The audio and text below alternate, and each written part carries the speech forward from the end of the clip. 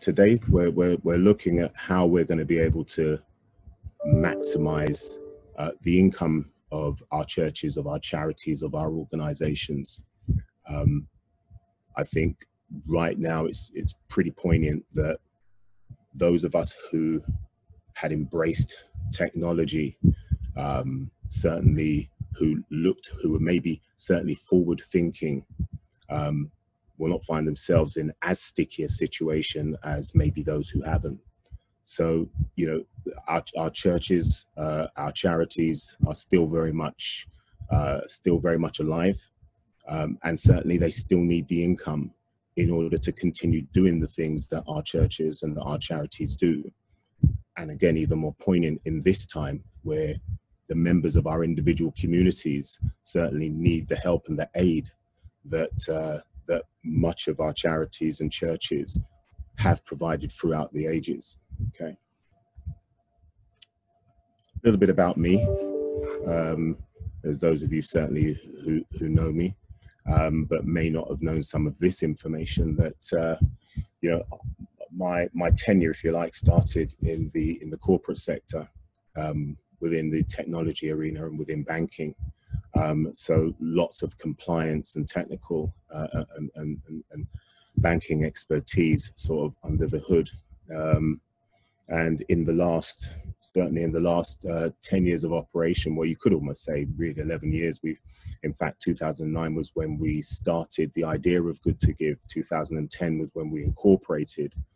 And we've been going now for, if you like, just over 10 years. But in terms of incorporation, by the time we get to August this year, praise God, it will be our 10th year of operation, or 10th year of incorporation.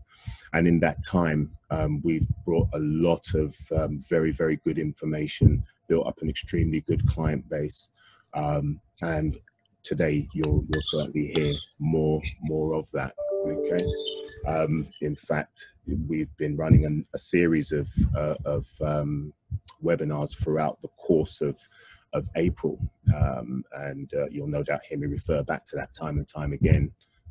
And we have another one which is running next week, which I certainly suggest that you will get involved in.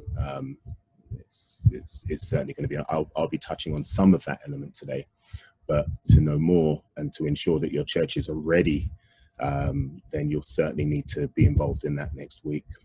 Okay. But a lot of experience is what we have here at Good to Give.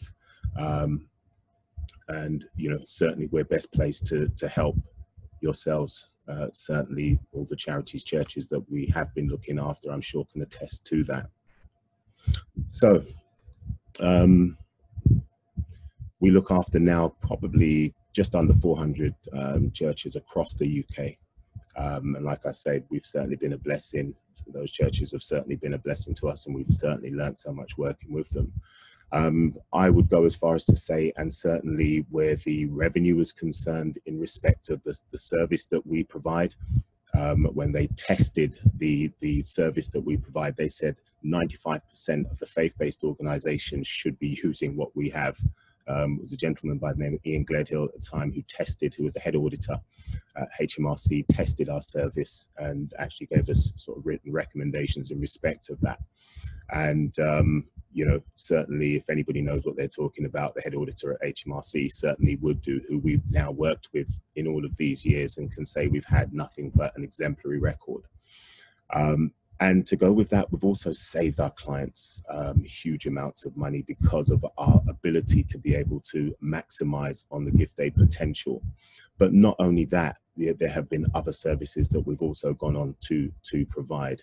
If I was to just speak a little bit more just about myself, because I do believe this to be extremely poignant, the fact that I actually come from a Christian household where my mother is still a pastor, touching the 10 years of almost 80, and still going strong. If you look at her, you wouldn't think she was a day older than 60. In fact, I've probably even done her disservice there. She's probably a day older than 50.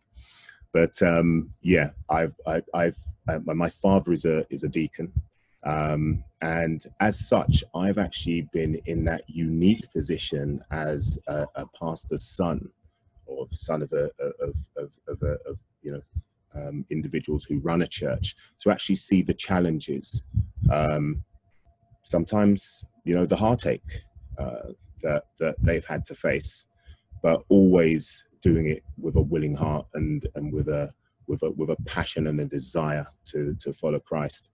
And as such, seeing those unique challenges, it's brought myself and my co-director, Corey Belfont, who you will meet next week, you know, it's brought us to a point where we've been able to provide services and provide advice and provide the very sort of foundation that churches from a cyclical point of view, from a HMRC, Charities Commission, Companies House point of view, can certainly lean on and can rest on.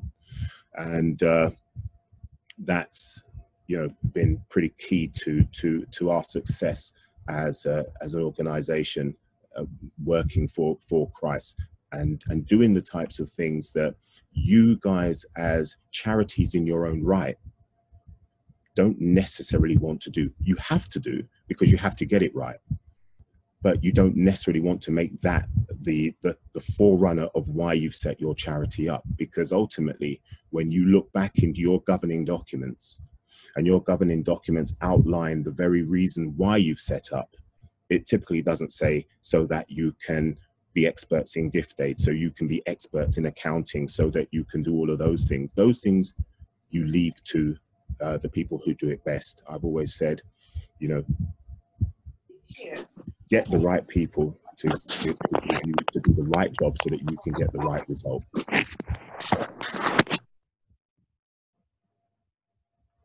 So I spoke about services and things that we've brought to the fore. Just as a quick plug, as you can see here, there are 5 key services that we provide, everything from financial management, fundraising. In fact, our seminar last week, Tuesday, for those who wasn't on it, we will be running it again. I suggest that you get on that and take a look, especially in these times.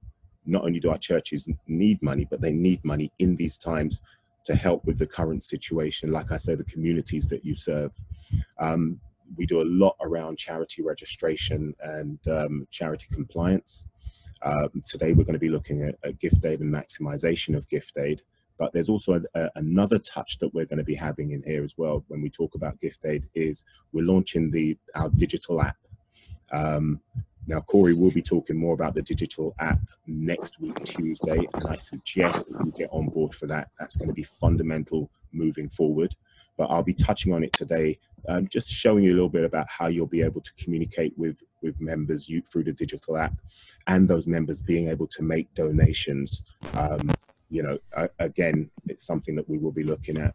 And we also do GDPR. In fact, everything that we have is shrouded in GDPR, just because of the way big data is seen over the last few years in respect of the legislation that's come out.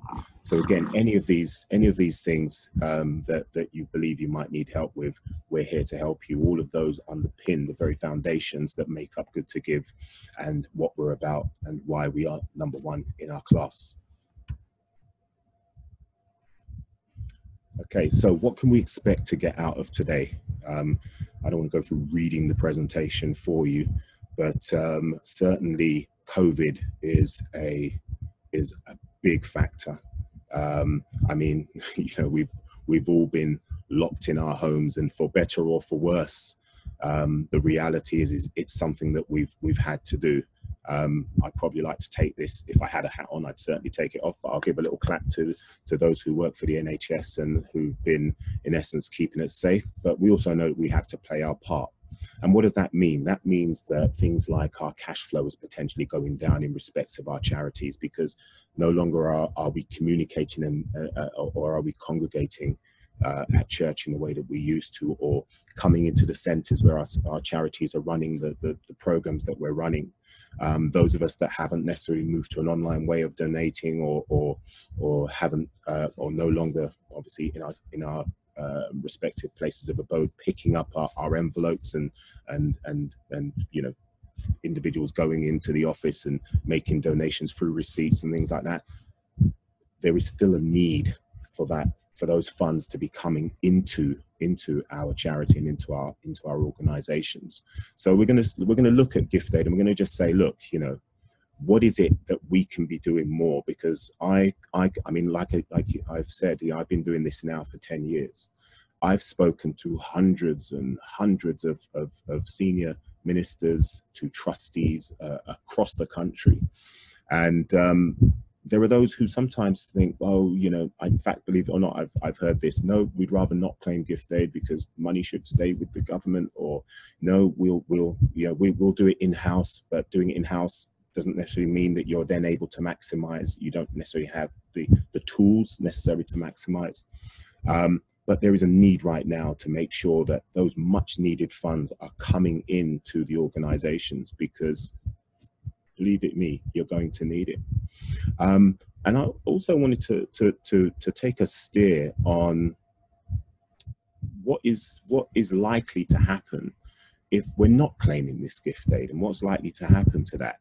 You know, we need to be looking at potential changes in legislation, which, if you imagine, you know, at the moment, for those of you who are not necessarily able to work from home, there'll be things like, you know, your workplace would have furloughed you, being that you're paid 80% of your salary while sitting at home, not having to do anything, which is great, but it's 80% of your salary. However, where is that money coming from? And who's going to be picking up that bill? Yeah. So these are things that I certainly want to try and get through to us today, which is why when we look at maximizing on Gift Aid, making sure that our donors we can still communicate with our donors, we can still receive the donations that you know, that we used to get, that we are bringing that in, because our if you like, what's happening now, especially in respect of our churches, this is just the start. Okay, this is purely just the start. Larry, I'm on a call. Okay, whoever that young lady was, I'm glad to have you with us, but you might want to mute your mic until such time as you're talking to me. Okay, right. So as we know, everything has changed. The way we congregate or don't congregate, the way we collect donations or don't collect donations, and if we are to make it to the next round, if our organizations need to make it, I shouldn't even say if we're going to make it, our organizations need to make it, just for the simple fact that from a worship point of view, from a point of view of us being there for our fellow man, and actually saying that, look, you know, God is real. We need to make sure that we are doing everything we can and putting measures in place that mean that even though we don't congregate in a church, we are still able to say that iron will sharpen iron by way of us congregating, even if it be online.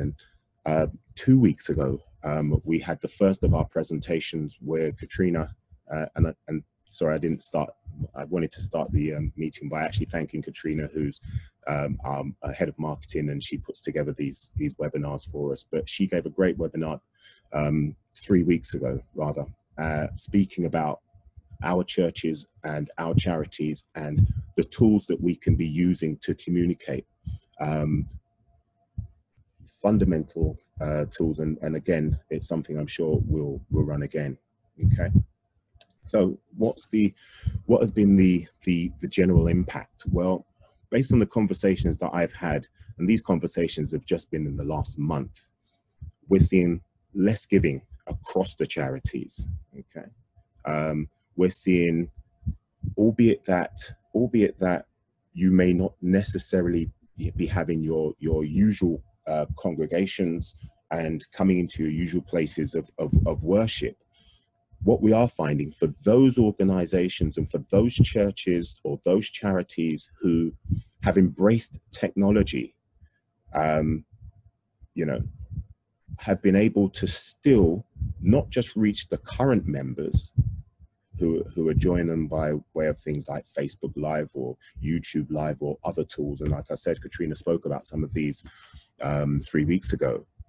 But not only are they reaching just their current audiences, they're actually reaching larger audiences. I spoke to a pastor even this week. And we spoke about, I asked him, you know, how many members do you have? And he said, well, typically I have between 70 and 80 members. I said, okay, so how many people are you ministering to at the moment? He said, I'm ministering to over 250. But these are not just my normal members. These are people from around the world who are finding out about his ministry. And because he's using technology, he's actually reaching more people than he was before. The only downside to that is those people who then want to donate from wherever they might be in the world, unfortunately, you know, that's the side that was the downside, which now our offering of the digital donation and the digital app will actually satisfy that for him. Okay. So like I said, I'll be touching on the digital app very briefly, but we have a whole seminar about that next week, which it's essential that those of you that are on this today, and certainly tell others about it, it's essential for ensuring that your donations increase rather than decrease. Okay, so just a tidbit here, and this is in respect of the fact that right now there is if you like, there's going to be a 3-month lull. We probably won't get back to some sort of normality, whatever that normality is going to be, until, you know, sometime mid-June. And even then, the dates keep on changing. However,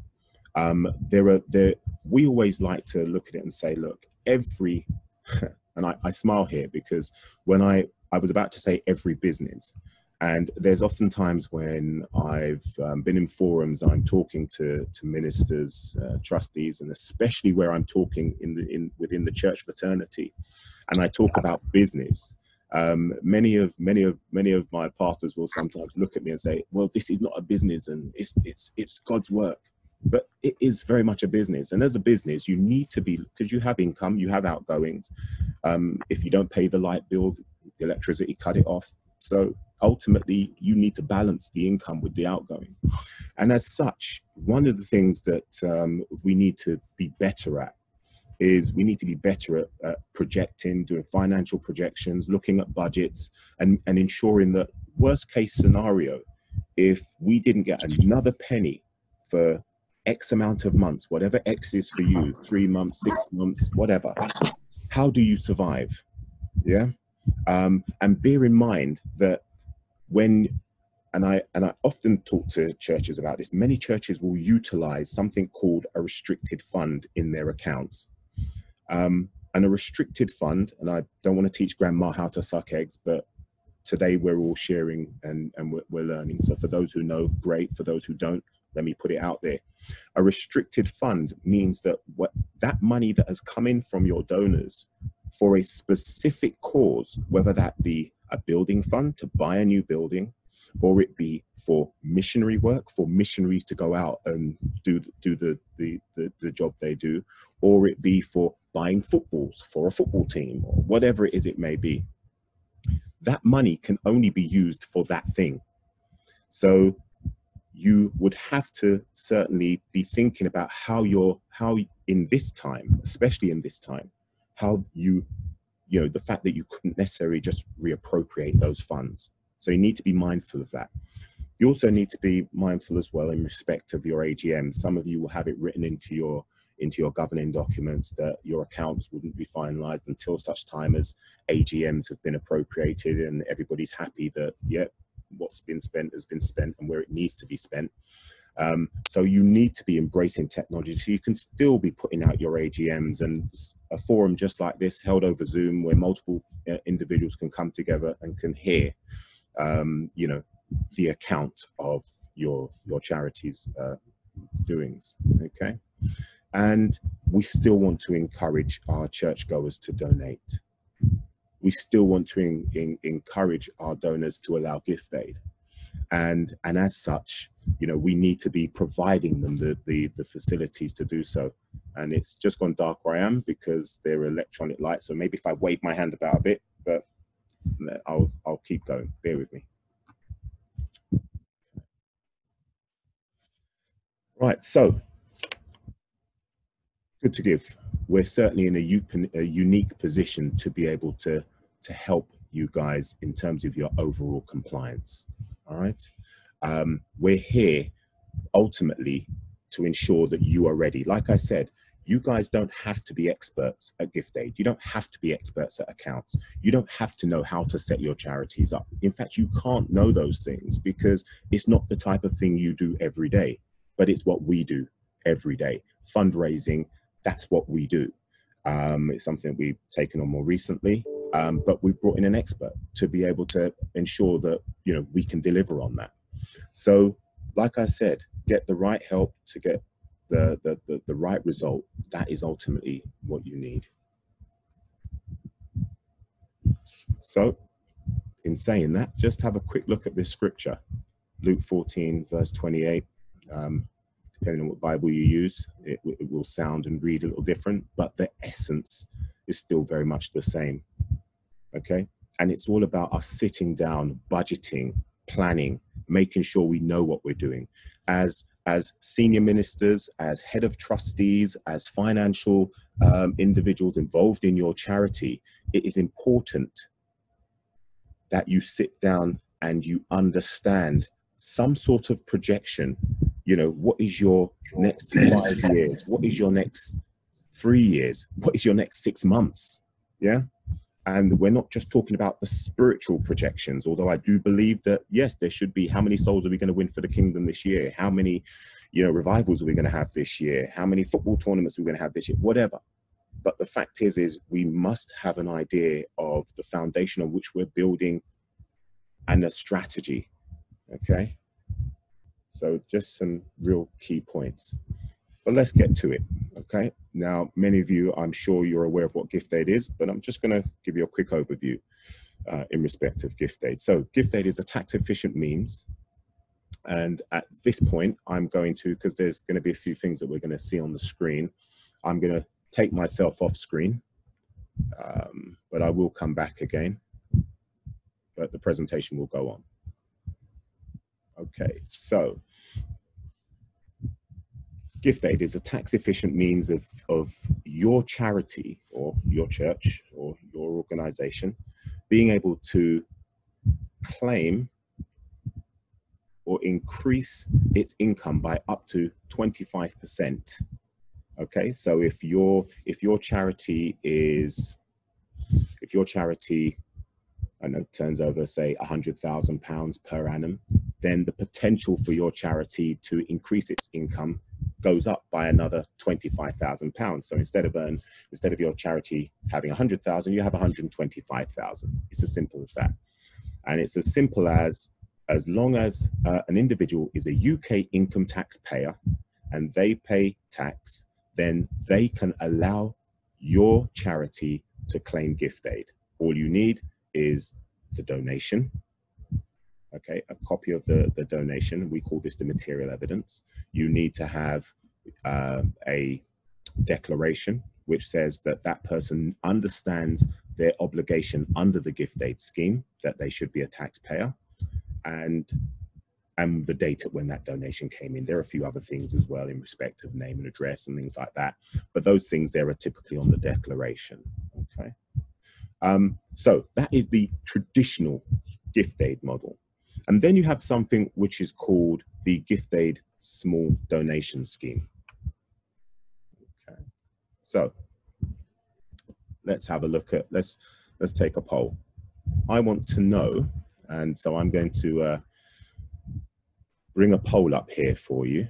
I want you to bear with me. Let's, right.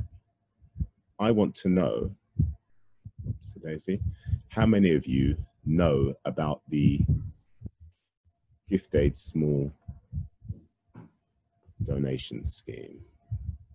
Let's have a look. Let's launch this. If you're by your computers, which you are, just by yes or no, just let me know how many of you using the gift aid small donation scheme. Okay.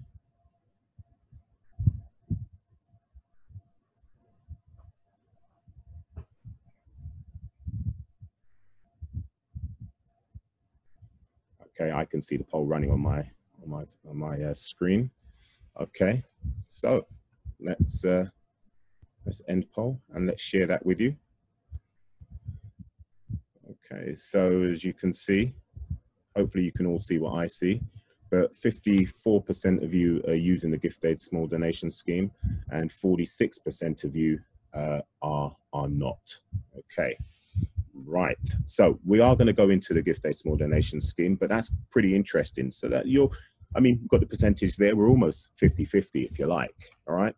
But that is actually a true reflection on what's happening in society at the moment in respect of those who know and those who don't know, or those who know but may not even be using it to its full effect. Now, if you're one of our clients and you are using it, then you don't even have to worry about it, because ultimately all the moves and changes within the space of gift aid, you're going to be experiencing that through our system, so you don't even have to worry about it. But for the rest, certainly there's there's some work to be done there. Okay, so we are gonna look at what the rules of the gift aid small donation scheme are. But before I go into that, I just want to go back to the traditional gift aid scheme, where you are able to retrospectively claim on traditional gift aid. So remember, there are two schemes. There is the traditional gift aid scheme, and then there is a gift aid small donation scheme. Where the traditional gift aid scheme is concerned, you can retrospectively claim, i.e. you can go back and claim on up to 4 years in the past. So a donation that came in 3 years ago, if you get new information on that donation, you can claim on it. A donation that came in 4 years ago, you can go back and you can claim on it. But anything past that, you can't. Okay. With the gift aid small donation scheme, you can go back 2 years. All right, so let's step on a little bit and let's look at some of the rules around claiming on the gift aid small donation scheme.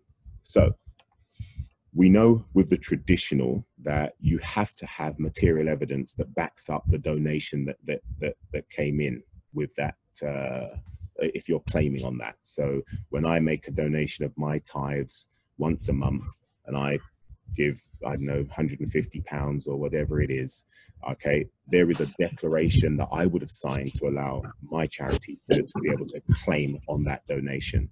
However, with the gift aid small donation scheme, you're actually able to claim on donations of up to £8,000. This is as a total, so you can claim on donations that equal up to £8,000, whereupon £2,000 is the maximum that you can claim, 25%. But each individual donation, as long as it's £30 or less, you need no information with that. Okay? There is no information required with that. You are able to just claim on that donation. So that's fantastic. So somebody comes to your church and they put £20 in the donation basket, and you don't know where that £20 came from, but because it was £20, i.e. less than £30, you're now actually able to claim on that under the gift aid small donation scheme. Now, there is a relationship between the gift aid small donation scheme and the traditional donation scheme. So you can't just rock up with donations which have no information and just claim on them. You have to be using the traditional scheme, and the relationship between the traditional and the gift aid small donation scheme is a 1 to 10 ratio. So for every £1 that you claim under the traditional scheme, you can claim up to £10 on the gift aid small donation scheme. Now, if you're using our system, you don't even have to think about it. You just get your lump sum of money, suggest what the designations were, and our system takes care of all of that for you.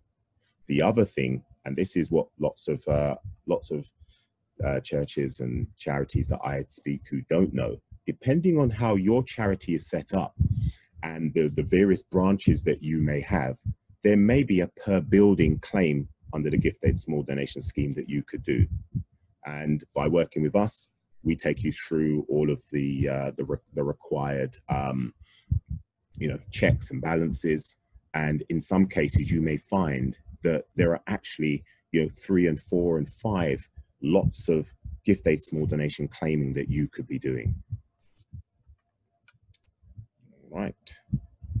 So I'd like to know where each of you are in respect of your gift aid. So we're just going to run another poll just now. Let's have a look.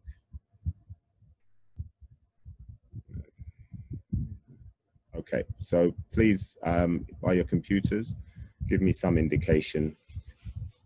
Answer one of those following, please.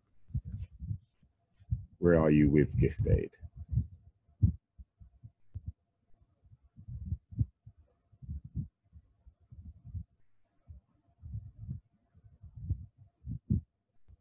Okay.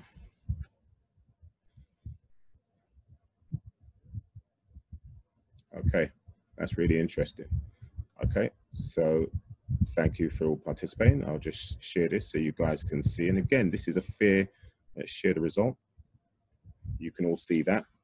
Okay, so 32% never claimed. One used to claim, claiming infrequently, and claiming frequently 53%. Again, a true reflection of what's happening sort of in society. And I'll tell you one of the reasons why this is like this. It's typically because when you think about your work-life balance, church involved in that, charity work involved in that, it's all about your high payoff activity, personal high payoff activity. You still need to find time to look after children. You still need to find time to go shopping. You still, even in COVID times where we're all sitting at home, you know, you're probably finding that there's so much more things to do around the house that you didn't even set your eyes on to do before. And now you're sort of, if you're between rest and play, you're actually getting things done. But there's so much to be done that to try and be an expert in gift aid, to try and be an expert in accounts, to try and be an expert in all of these other areas, when what was really laid on your heart was to do what your charity was set out to do, means that you're spending time doing half a job than doing the full job you should, because you're trying to do other things, or in some cases, just not doing it at all. And that's what this here certainly relates to. So we'll certainly be following up on this. I also will be touching on the fact that, you know, we've spoken about trying to bring that money back into our charities, because certainly right now and moving forward, we are going to need this money coming in. And I really will be touching on, or, you know, and I'll keep saying it throughout this, you know, the potential changes in legislation, because what the government are doing now in terms of small bailouts for companies, furloughing and paying 80% of salaries and things like that, that is going to have to be paid for. And I want you to consider who's paying for it and where it's going to come from. What in essence is going to be the low-hanging fruit that is going to be the individuals or the organizations that are going to have to pay for what is happening in this time, at this moment. Okay. So let's just keep bearing that in mind, because I will keep touching on it. Okay. So typical challenges around gift aid and, you know, why it doesn't really happen. Well, you know, we've touched on some of this, but the biggest one for me is where, and especially when it comes to maximization, where we talk about, you know, my accountant manages my gift aid.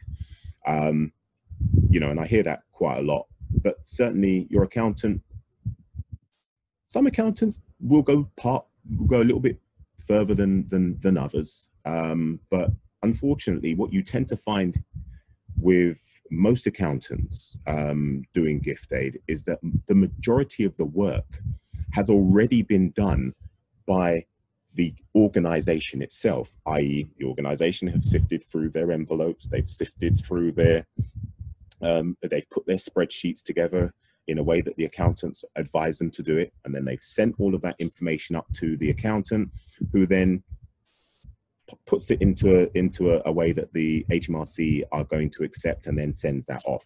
And that's great. But over those two bits of exercises, one where you've sifted through the envelopes yourselves, and two where you've sent the information to the accountant for him to do or her to do their bit, you've lost windows of opportunity to be able to maximize. And so, you know, there is a lot of loss that is happening there. Accountants are fantastic at year-end accounts, no problem. But the majority are not set up to manage gift aid in the way gift aid needs to be managed. So, okay, I'm keeping it interactive, so please don't hate me for the polls. So just let's try one more. Let's try another poll. I want to know how you're managing your gift aid for those who are. For those who are not, are you using spreadsheet, software, or other?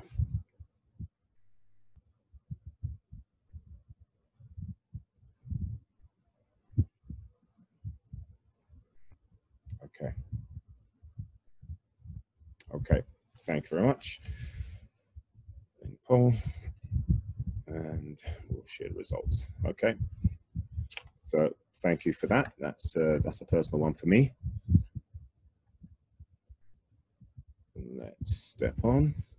Okay. So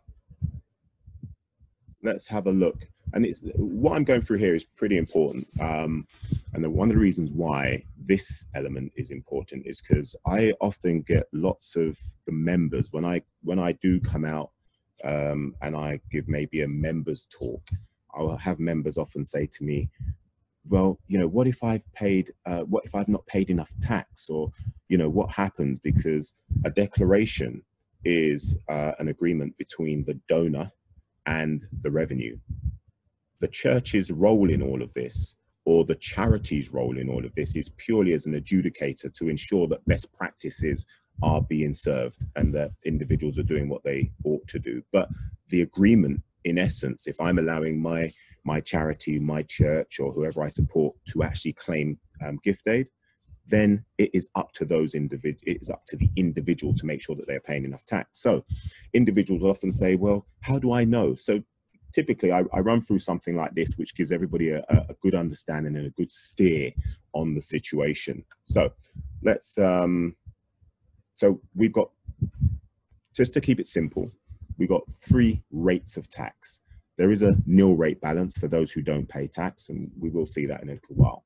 But there are 3 bands, typical 3 bands of tax. So basic rate tax, which is paid at 20% between 12,500 and 50,000, high rate tax at 40%, and then the additional rate tax of 45%. There is another rate of tax, but I personally don't know anybody who earns that kind of money, so I wish I did. Anyway, nonetheless, my last poll now for you guys is this. I want to know from you, where do you believe gift aid comes from? Let's do this. Tell me which one of those basic rate or high rate or additional rate tax does gift aid come from? Where does the charity actually claim gift aid from when it claims it?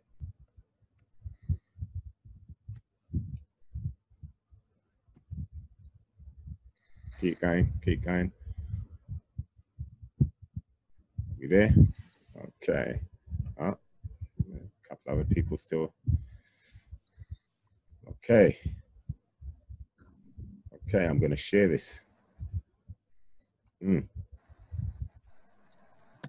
Share the result. Okay, so 78% of you believe it's basic rate tax, 11% believes it's high rate tax, and 11% believe that it is from additional rate tax. Well, I can see that most of you have either heard me speak before, or you're in tune with what's happening within the revenue. Let's take a look. Oops.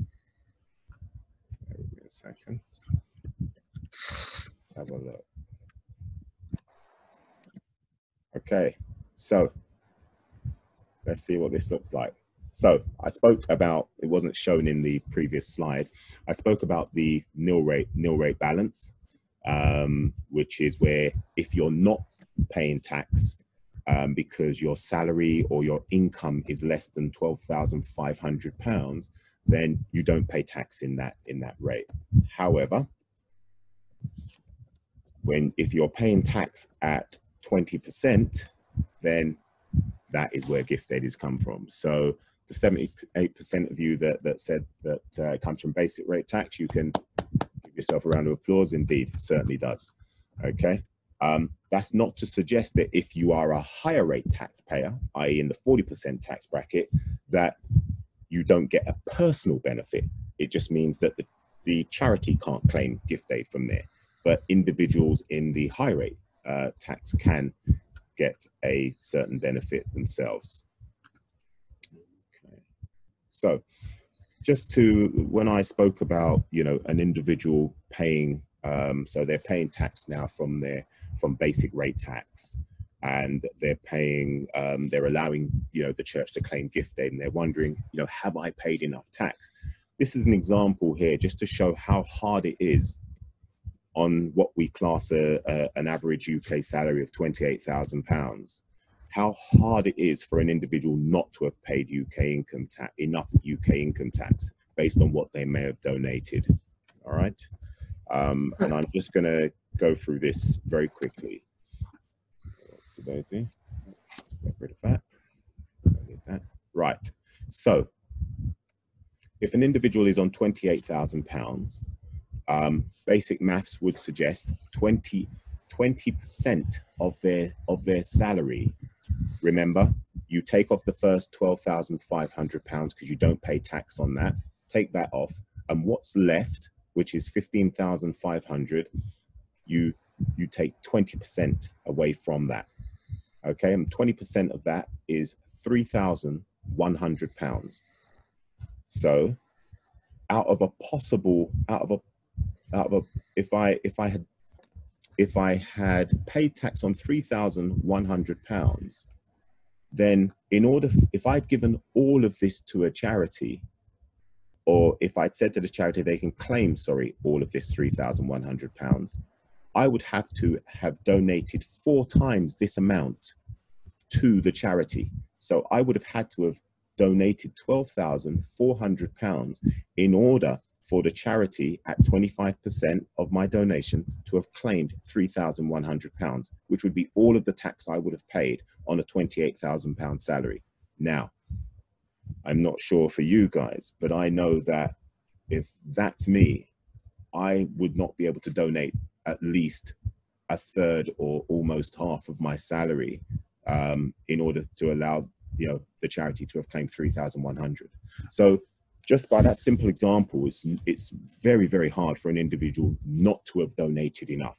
However, there will be those individuals who are nil rate taxpayers, and so therefore they cannot allow the charity or the church to claim gift aid. However, there is the gift aid small donation scheme. Okay. All right. So we've gone through the first part of the session. I don't know if there's any questions at this point. If not, we can keep on moving. And I'm going to take that as we'll just keep on moving. So we've got to plan. We've spoken about this earlier. There was another scripture. This scripture now comes from Proverbs 21, verse 5. If we want to ensure that we're going to be here for tomorrow and to come, and it's important that we are, from a spiritual point of view, it's very, very important to ensure that we are. Okay. I understand that there is a question in the chat box, so please bear with me. Let me just go back to that. 1 second.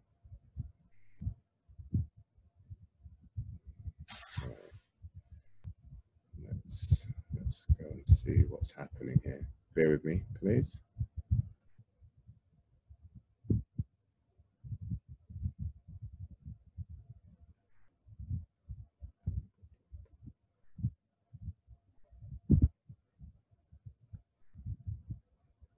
Okay. Katrina, you might want to just tell me what the question was. Okay. Hi, Des. Yep. So we have, can we retrospectively claim on the gift aid small donation from Pastor D? Hi there, Pastor D. Yes, you can. The retrospective rules on the gift aid small donation scheme is now 2 years. So you can retrospectively claim for 2 years on the gift aid small donation scheme. Yeah. All right. We have another one from Ola. How do we claim gift aid for our congregations who give directly to the church account? Okay, so if you're using a service like ours, then you forward all of your bank statements through to us, and then we'll process it off your bank statements. Obviously we would need to know which donors, so there would have to be some form of reference, so that we would know which donors had made what donation. And that would be all that would be required. Outside of that, obviously the usual declaration by a member, but a member can do an electronic declaration. Yeah. Is there any others, Katrina? No, that's it. Okay, fantastic. So let's crack on. Okay, so let's look at how we actually, the process, not so much, but the result of the process and what it allows you to be able to do. I'm going to give you a quick overview. In fact, one of the questions there was actually very poignant in respect of bank statements and how you would process information, i.e. donors have donated direct into the church's bank. Like I alluded to earlier, everything that alludes to a donation or an individual signing a declaration, but proof that the individual wants the charity to claim gift aid and proof that the donation was received by the charity, we call that the material evidence. And that material evidence comes in a number of ways. So as you can see here, traditionally envelopes, most of us would be using an envelope system, or in some cases a receipt book system, or a tithing card, or whatever it is it may be. But all of that information is basically transferred into our system. Now, I would usually show, there's a corporate video that I often show, which shows our scanners and how we get data from, we scan our envelopes, or we scan the bank statements, or any of this material evidence into our system. Obviously, I'm mindful that we all got varying types of bandwidths, and I want the experience to be as pleasurable as possible. But take my word for it, we have a lot of expertise at getting the information that you have from where it is to where it needs to be, which is in our system for it to be processed. The system that we provide you is something called a microsite.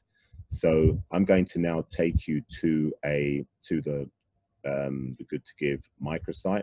You'll see images that sort of look like this, but rather than us do it presentation style, I actually want to show you the system. We're not going to spend long in there at all. But we will certainly, let's just end that show and bear with me. Okay, right. So I'm now going to take you.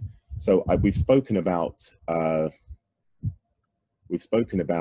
various types of material evidence and how that material evidence gets into our system. So let's have a look at what that looks like once. And also we're going to start looking at the benefits of why getting the information in the way we do, and what the real magic under the hood, if you like, of being able to maximize on the potential that you have coming into the system. Okay,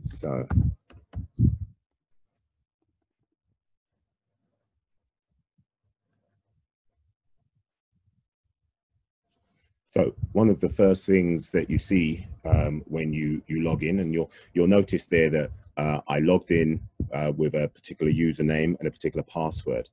Right. So one of the questions I often get, so just preempting the question is this for the members? Will the members have to log in and do any of this? And the simple answer to that is no. The service that I'm showing you here is purely for the senior administrative team. So the trustees will determine who in the organization, or the senior pastor will decide who in the organization will have what access to the system. And depending on who you log in as, will determine your levels of authorization. So it's all GDPR compliant.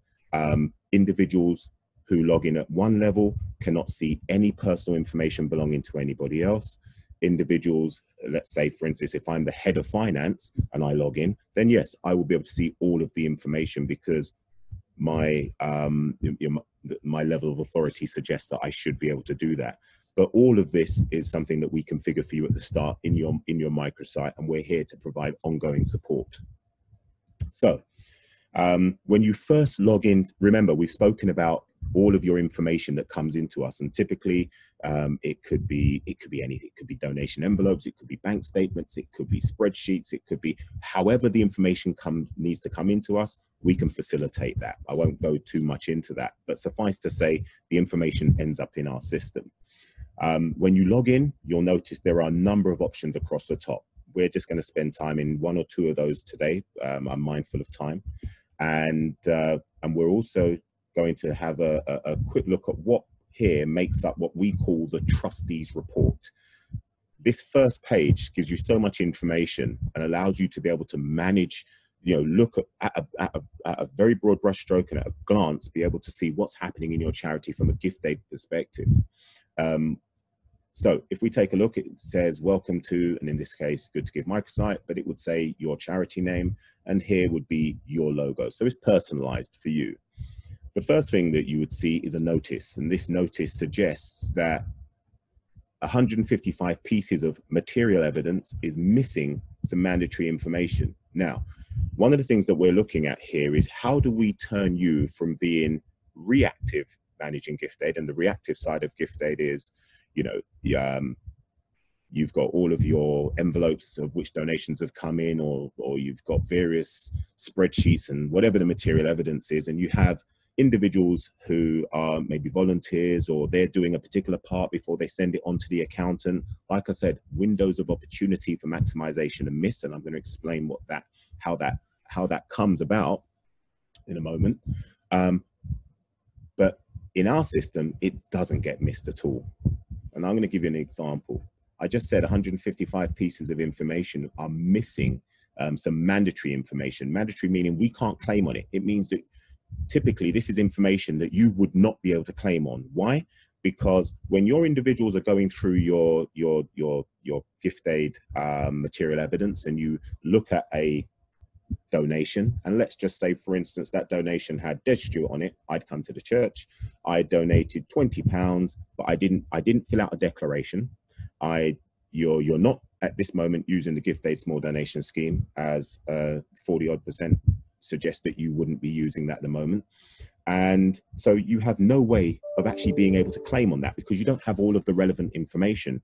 What your team would have done is your team would have taken that donation out, put it down to one side and said, well, we can't claim on it, probably shredded it because of GDPR purposes and just having data hanging around. And you would have only sent what is deemed the good pile of envelopes or material evidence to your accountant. Now that has gone forever. And the ability to claim £5, and it might seem like just £5, but 25% of the greater number is quite a reasonable number. So now you've lost the ability to be able to claim on that particular donation now or at any time in the future. What our system has done here is it has said, we have found that there is £7,217 worth of donations on which we cannot claim at this moment. But what our system hasn't done is it hasn't shredded, it hasn't thrown away, it hasn't done anything with the donations other than to keep them on the system, because at some point in the future, our system is going to be able to maybe get some new information from a donor who had donated over the 4-year retrospective claiming period. Yeah. Now you might look at it and you say to yourself, well, you know, yeah, we could possibly do that ourselves. You know, if somebody gave us a donation and it didn't have, we'd hold on to that donation. But I can guarantee you, wherever you keep those envelopes or bank statements, maybe in a cupboard which becomes dusty over a few years, and some of you are probably smiling right now because you know, I know where you used to keep some of your information. You know, you're thinking to yourself, well, would it actually be even worth our while getting our administrator to actually go and find one donation envelope that donated 2 years ago for £20 so we can claim £5? It almost wouldn't. In fact, if I was that administrator, I'd rather give you another donation of £20 and say, look, just forget that, because the work involved. But what our system does is it holds it, and it holds it like this, the £7,217, and says at some point in the future, Des Stewart might walk through our premises again. And guess what? And even if he doesn't, our system has the intelligence to be able to decide, well, on a £20 donation, of which we have 4 years to claim under the traditional gift aid scheme, I'll tell you what, we'll hold on to that. However, the additional intelligence that our system employs is the fact that the gift aid small donation scheme is sitting there beckoning, because we know that £30, anything under £30 that doesn't have any information, provided we're using the gift aid small donation rules, we can actually claim on that. And that's got a 2-year retrospective claiming. So what our system does is it says, okay, I'll wait.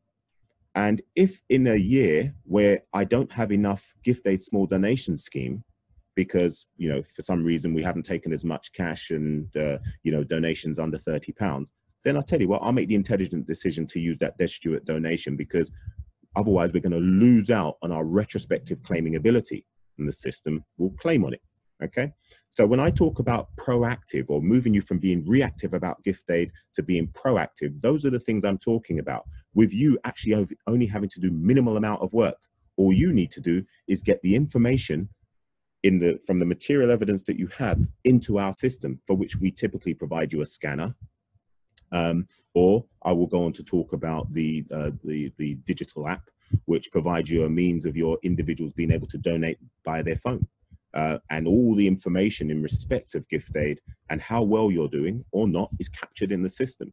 Anyway, so we haven't even delved into this system too much yet. We've been able to work here. Not only have we now got you moved from being reactive to proactive, we've now actually got you being able to look at a piece of cash flow that you could benefit from.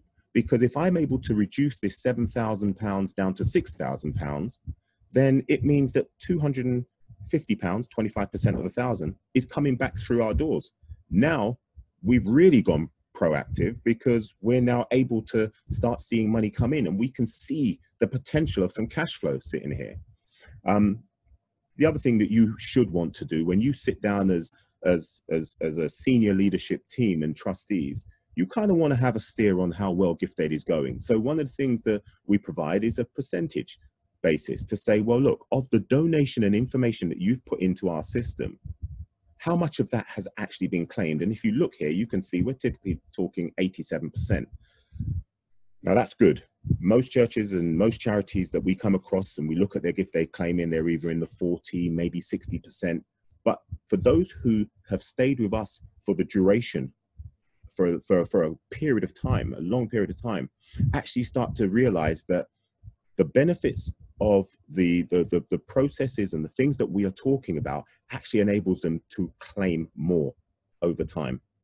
And this is why the organizations that have been with us tend to be anywhere from 70 to 90, 95% in terms of their claiming. Okay, so that just tells you here that for the duration of time, the organization has been with us, 1.4 million has been as what's come through our system, but 1.3 million is what we've been able to claim over that period of time. And that's really, really good going. Okay. Another bit of cash flow that you'd be able to look at is this, is where you're actually able to say, so as a management team, you could sit down and say, right, okay, we've got these programs which are going to be running. We've got this potential cash, which is going to be coming into us. Happy days. We can plan and plan more fervently.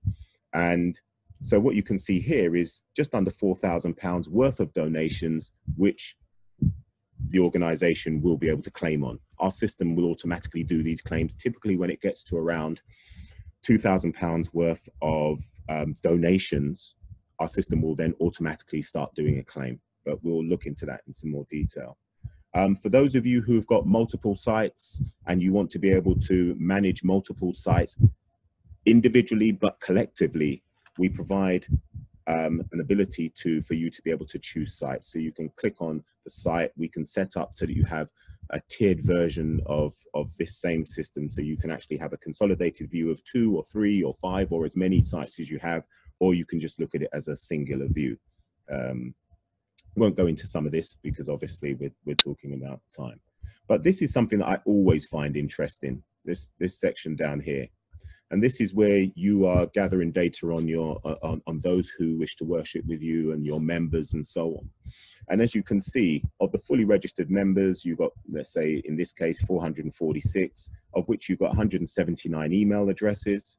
You've had 5,000 odd visitors who have fully registered, and of those you've got 255 email addresses. So just in this alone, you have over 400 email addresses, which you can actually send emails to, thanking your members for donations, letting them know about the programs that you have happening now and in the future, or whatever. Yeah, and again, we provide a section up here. I'm not going to go into this today. We can certainly have another session for those who wish to look at this in further detail. But you're able to set up events, which gives you your own personal, if you like, event site for a specific event, and allows you to be able to run various stats on that. And there is a donate button in there as well, which you can turn on to get donations. And all of that is managed through to GiftAid and managed in the system. And you can send out emails, group emails from the system. So you can set groups up. The typical group is members and visitors, but you might want to set up a group of pastors and evangelists or young people or whatever the case is. You have the facility to be able to do these things in here.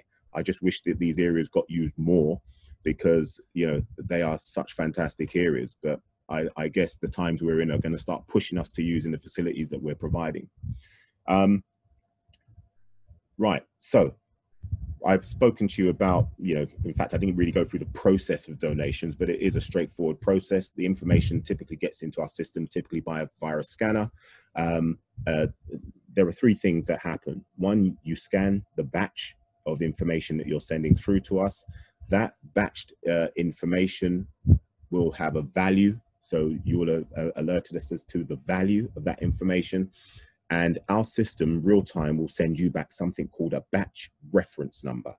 Now, if you take nothing else from this, that you will need, because whilst the government in this moment of time are happy to give the charities the claims that have been happening, they will audit you and they will want to see what's happening with those donations. Okay, in respect of, you know, those donations having come through, and the validity under which the claiming took place.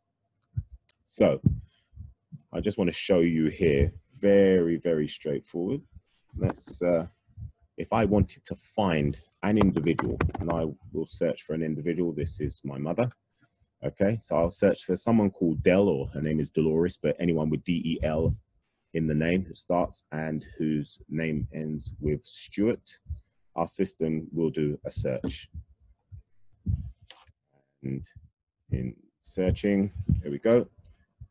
It will actually come up with all of the donations across a number of pages as to the donations that she has made. Now, this is really, really poignant. It means that you no longer have to save or store any of the data that you've been storing. Imagine from a GDPR point of view anyway, storing all of this data that you've got in cupboards and in plastic things in the bottom of somebody's garage, or in maybe a church office, which is shared with multiple other type of occupants and things like that. You know, this certainly gets over that problem, because you don't have to worry about that. Also, everything is categorized. So it's very easy for you to search. You can see here that I've done a search in less than 10 seconds for all the donations that a particular donor has made.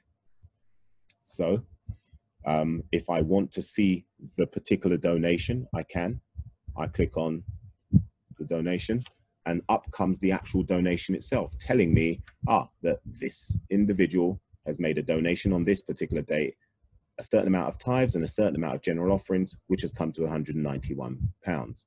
So I'm able to see all of that. And whoever is auditing would also be able to see that, which means you no longer have to worry about trying to dig out all of the envelopes that they might ask you for at audit time. In fact, the auditors don't actually come down to you because we manage all of your audits for you. Okay.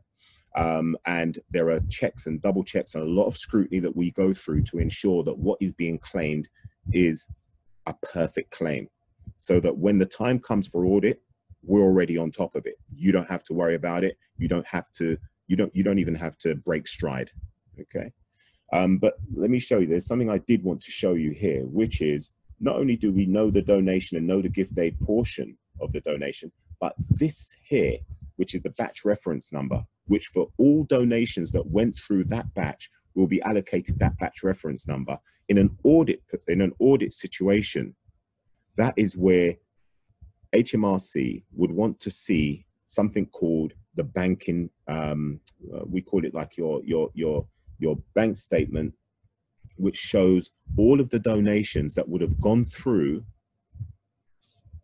at that time for gift aid claiming. So we want to show the relationship between what's been claimed on a particular batch, which is what this batch reference number shows us, and the donations that have come into your church. Bear in mind, you can never claim more than 25% of the total donations that have come in, unless you've done some retrospective claiming, which would be fine, because then we break it up into the years of retrospective claiming. All of the technicalities behind all of that, we manage all of that anyhow. All you need to do is just help us to build what is deemed the banking reconciliation in respect of the batch reference numbers that we collect.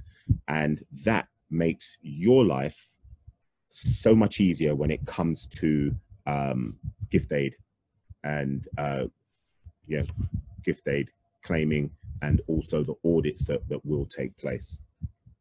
Okay, so the last area I'm going to just jump to is the claims area. And this is an area where I know most of our clients spend most of their time, all right? And for good reason, because you want to know what money's coming into your organization, and you also kind of want to have a steer on when. But what this does, which is more than any other system provides you in at this moment in time, is the ability for you to be able to, one, to see the status of the claim. So in this case, the claim has actually been sent to HMRC. And this is really where I mean, I never fail to be amazed by this, and I'm amazed even though I look at it right now. This is telling me of the first donation in this claim. It's telling me the first donation in this claim is the 7th of February, 2016. It's also telling me that the last donation in this claim is the 9th of, what's that, September, the 1st of September, 2019. And it's telling me that the total donations is 4,500 and the claim value is 1,137 and some pence. Now, what's amazing about this is the fact that this is the first donation. We've gone back almost to the point of 4 years. And what it's actually saying is that the system, will pick up donations that qualify for gift aid purposes without you having to actually do anything, just new information coming into the system, allowing us to pick up and to be able to claim. It's done the same thing here on another claim. And even here, you can see the 6th of the 4th, 2019, yeah, almost a year ago. It's gone back and it's found new information. And this is probably only 2 donations, this particular one, because you can see it's like £20, probably 2 lots of, £10 donations. This happened here, which you would almost, like in my example I gave earlier, probably be something that the administrator would just feel it would be an onerous task just to try and get a claim value of £5. But every penny counts. Every penny counts.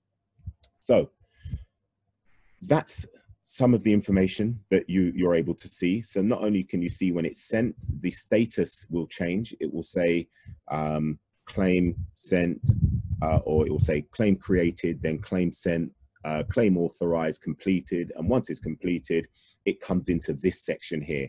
And not only do you have this section, you have every claim that you would ever across a number of pages. And I'm just going straight to page number 5 and randomly pick up any claim here, and I can view the information that would have come back from the revenue to suggest, okay, this claim came back in for this church. Fantastic. You have all the information that you need. Okay. So just touching on some of the poignant parts of the service that we provide. What I want to do is I just want to touch very quickly on the donation or the digital app. Okay, so I just want you to bear with me for a while, and we will come back and have one more section of questions. Let me do this. Okay, so the digital app, which I'm just going to touch on for the purposes of, for the purposes of especially where we are now in this moment of time, and the fact that the world has changed, and if we don't change with it, then unfortunately we get left behind. And for like I said at the beginning of the presentation, for those who have embraced technology, for those who have found ways in which to be able to communicate with their members, and what you're seeing at the moment is actually my phone. So please bear with me if any messages come up or the phone actually rings. Okay, this is live, people. Okay, so for those who have embraced new ways and new technology, you're going to be around, and I'm telling you, we can't allow in this moment of time a chasm to be developed between our worshippers, our congregation. There's a time, certainly, I sometimes tremble when I think about Revelations, and I think about what is to come, and I think about this the dawn of a new era that we're going to wake up in. If there's any time, and my mother says this all the time, if there's any time that we need to be beseeching and be on our knees, it's certainly now. And the Bible talks about, iron sharpening iron. The Bible talks about, when 2 or 3 are gathered in my name, and it talks about the fact that if we're rejoicing and we are doing this, from the bottom of our hearts, that He will certainly be there. And with us actually being, quarantined and confined to our homes, if we then get cut off from each other, then in essence we're not able to make that joyful noise in the same way. So we need to make sure that not only are we staying together by way of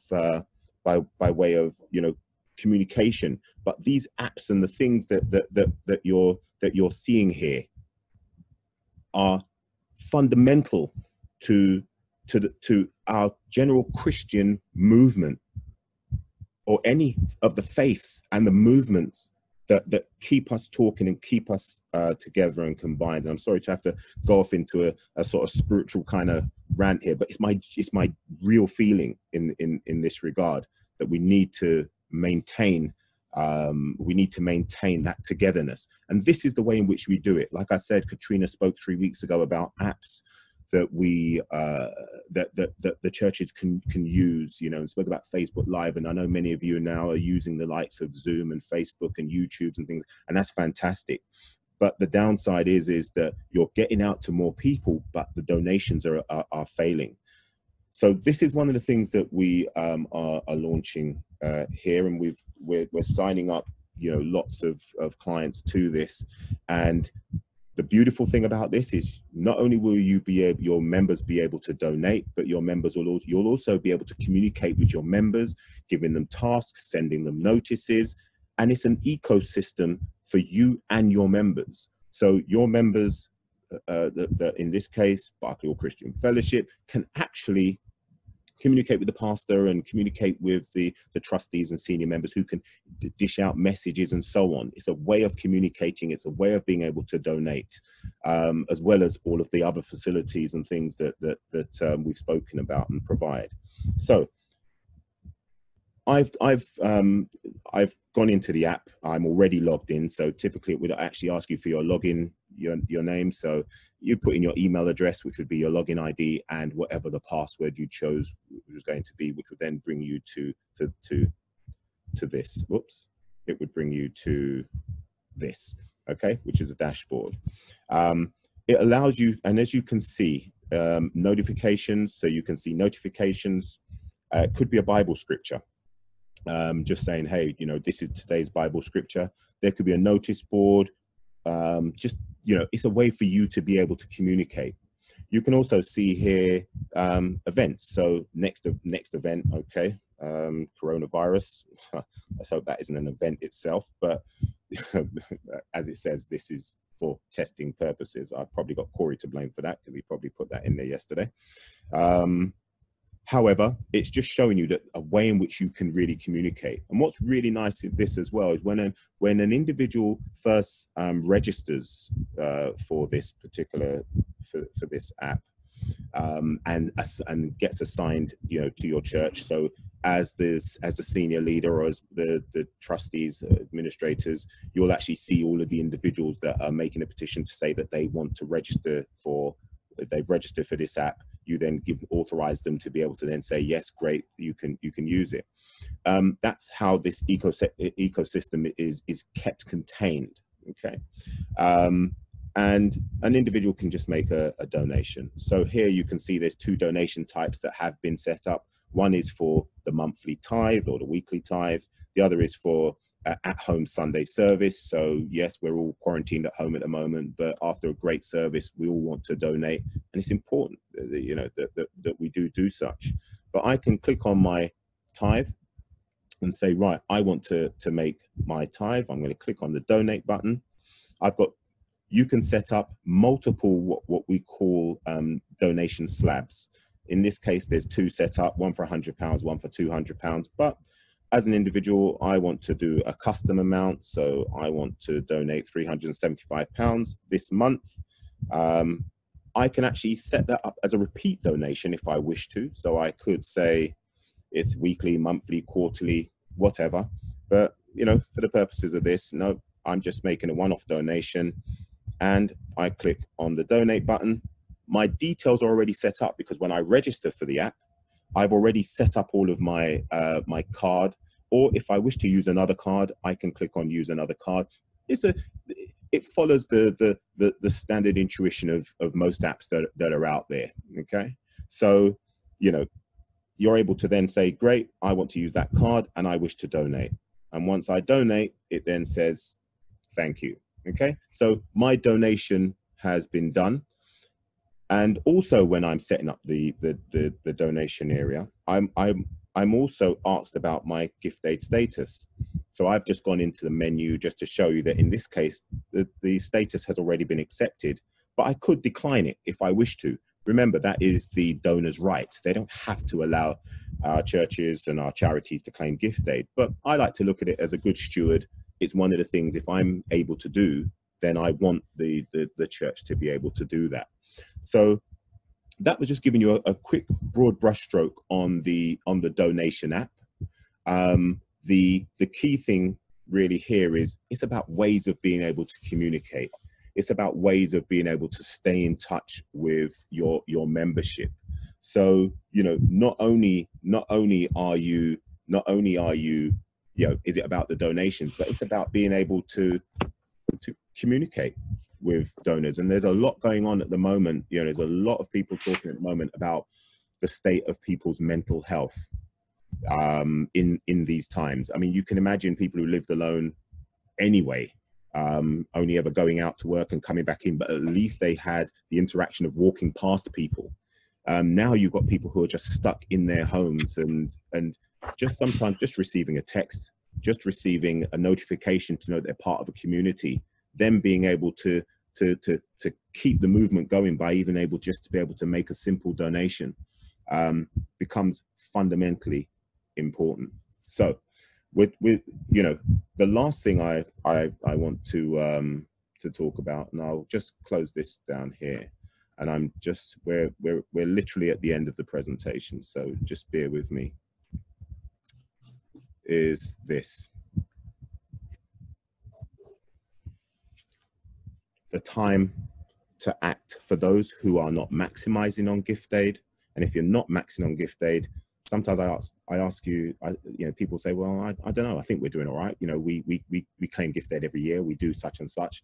And when I actually look at them and look at them more closely, they realize that they're not actually maximizing on gift aid, yet some do nothing about it. There are those who are certainly not claiming. And in my opinion, as good stewards of the finances that come into our church, it is our duty to ensure that we are doing the best that we can do with that money. That means if that money can go further, if we can make more from that money by, you know, giving unto Caesar that which is Caesar's, but Caesar being happy to give some of that back in the you know, 25% of that, then we should be doing that. It's our duty as the adjudicators and those who look after the custodians of those funds. And I want to just say this now, and I've touched on this point. I did touch on this point earlier, and I said, with the government providing loans and bailouts and small company grants and you know, and furlonging and all that sort of stuff, where 80% of the salary is being paid, who do we believe is going to pay for that? Yeah. And I can say to you now that the first people, I mean, I don't know if you guys remember, but 10 years ago, I think it was, maybe a little bit less than that, Northern Rock, the bank, went into administration. And who paid for that? We paid for that, the taxpayer. And one of the things that the government will do is they're going to look at where the potential of clawing back some of this money that they have been offering out, where they're going to get that back from. I just want to just make you guys aware of something. We are, as a country, probably, and it wouldn't surprise me, around the world, because, you know, the world markets have been taking a hit. But as a country, let's look at us here, because UK income tax relates to us here. We are actually going to go into recession.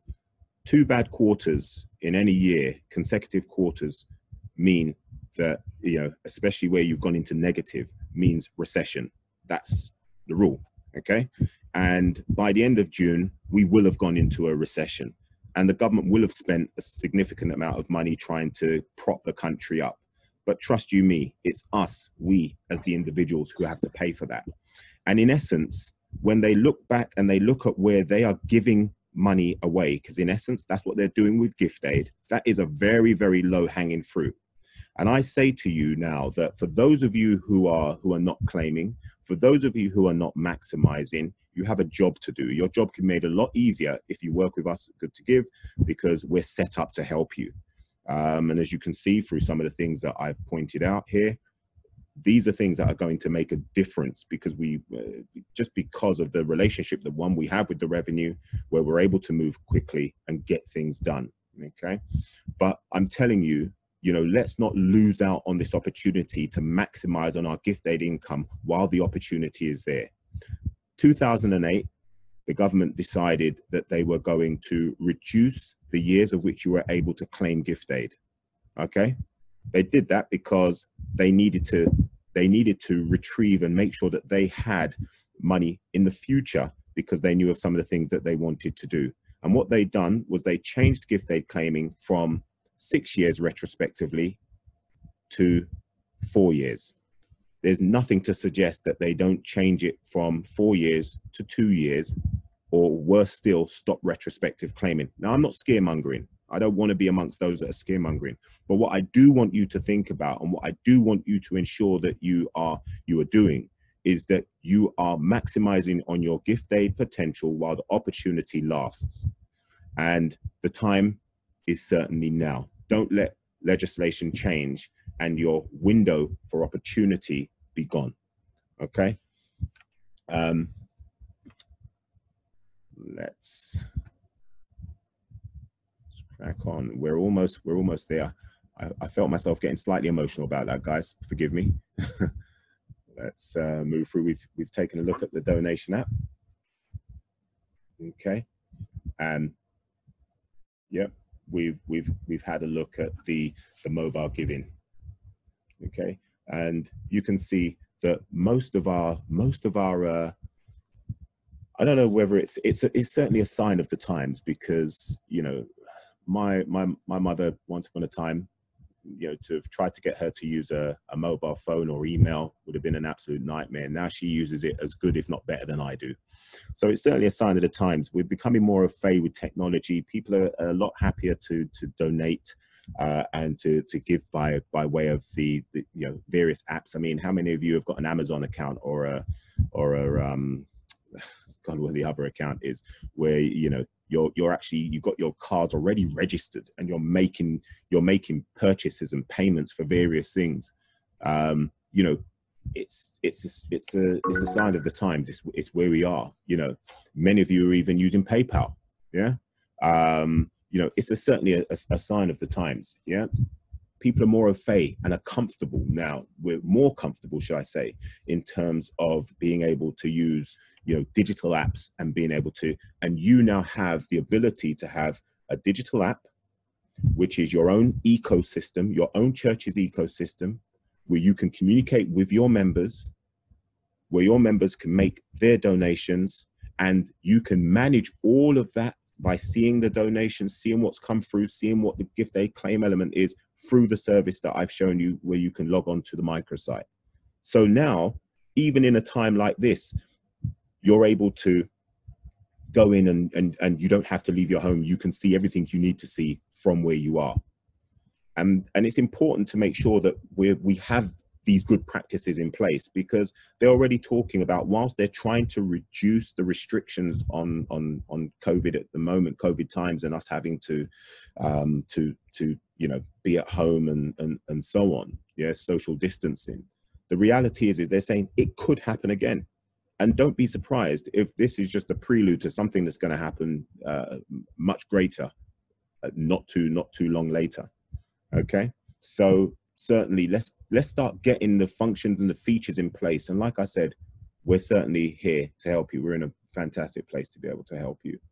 So we've spoken about, you know, throughout this presentation, I'll be honest with you, you should know why you should be using us and why you should be working with us. We're here to increase your charity's income. It's practically that. I've spoken to you about a number of the methods and things that we do, which will help you in terms of being able to maximize on your income.